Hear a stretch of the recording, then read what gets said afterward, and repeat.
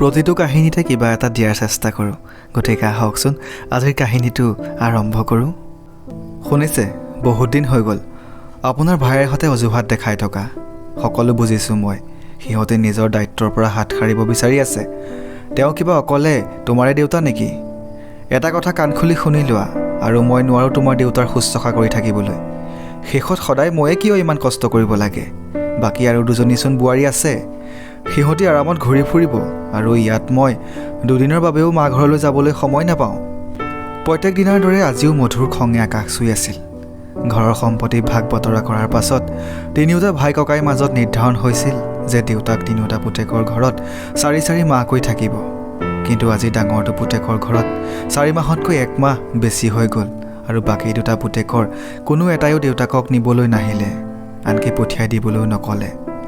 ঘৰত একেটা বিষয় লৈ সদায় হুলস্থুলবিলাক ডাঙৰ পুতেক গৌতমৰো সহ্য নোহোৱা হৈছিলগৈ। চাবলৈ গ'লে দেউতাকৰ হাত ভৰিকেইটা বাৰু সুকলমে আছিল, কিন্তু দুবেলা দুসাঁজ খাবৰ বাবেতো তেওঁ পৰিয়ালৰ ওপৰতে নিৰ্ভৰ কৰিব লাগিব, কাৰণ তেওঁৰ কোনো পেঞ্চন নাছিল। 3টাকৈ পুতেক আৰু 3জনীকৈ বোৱাৰীয়েক থকাৰ পাছতো মুখৰ ভাতমুঠি তেওঁ সন্মানেৰে পোৱা নাছিল।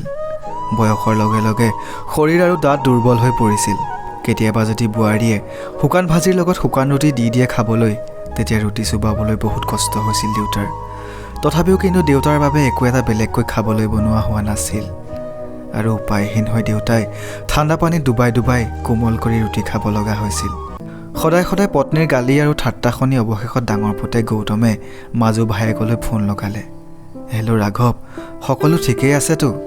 দেউতাই বৰ মনত পেলাই আছিল তহঁতলৈ, আৰু ইয়াৰ পৰা লৈ যাবলৈ কৈছে। তেতিয়া মাজু ভায়েক ৰাঘৱে ক'লে, দাদা, কথাটো মানে এনেকুৱা হ'ল, মানুহজনীৰ গাটো আজিকালি ভাল নথকা হৈছে। দেউতাক ক'ব কেইদিনমান আপোনাৰ ওচৰতে থাকক। ইয়াত আমি এবেলাৰ খানা বাহিৰৰ পৰা আনিহে খাইছোঁ। তেনে ক্ষেত্ৰত দেউতাৰ চোৱা চিতা কোনে কৰিব ইয়াত? মাজু ভায়েকে উত্তৰ শুনাই দিলে।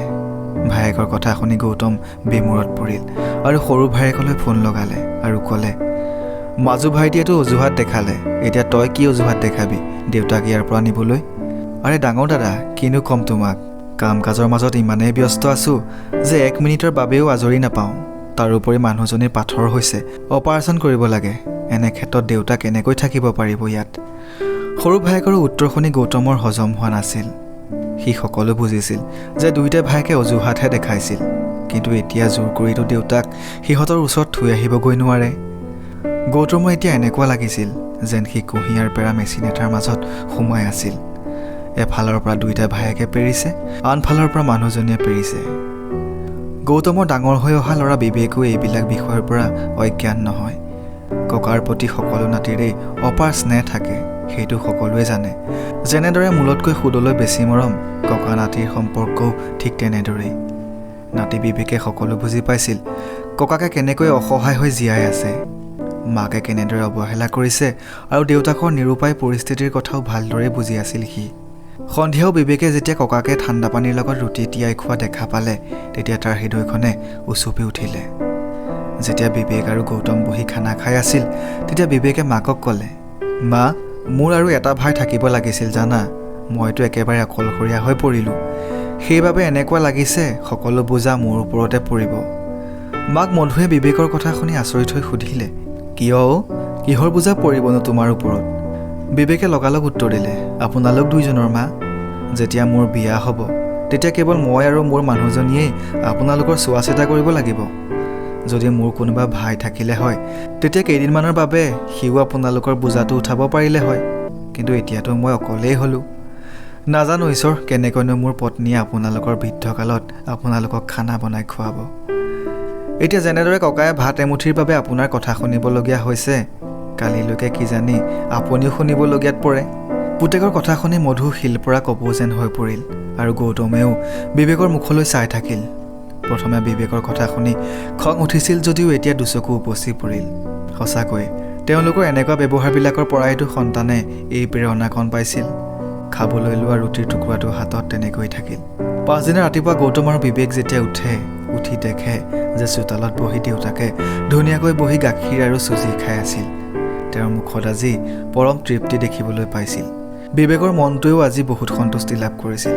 গৌতমেও ভাবিবলৈ বাধ্য হৈছিল যে যিজন দেউতাকে তিনিজনকৈ পুতেকক ইমান মৰমত ডাঙৰ দীঘল কৰালে, আজি কি এজন পুতেকৰো ইমানকণো সামৰ্থ্য নাইনে যে নিজৰ দেউতাকক সসন্মানেৰে দুবেলা দুসাঁজ খাবলৈ দিবলৈ?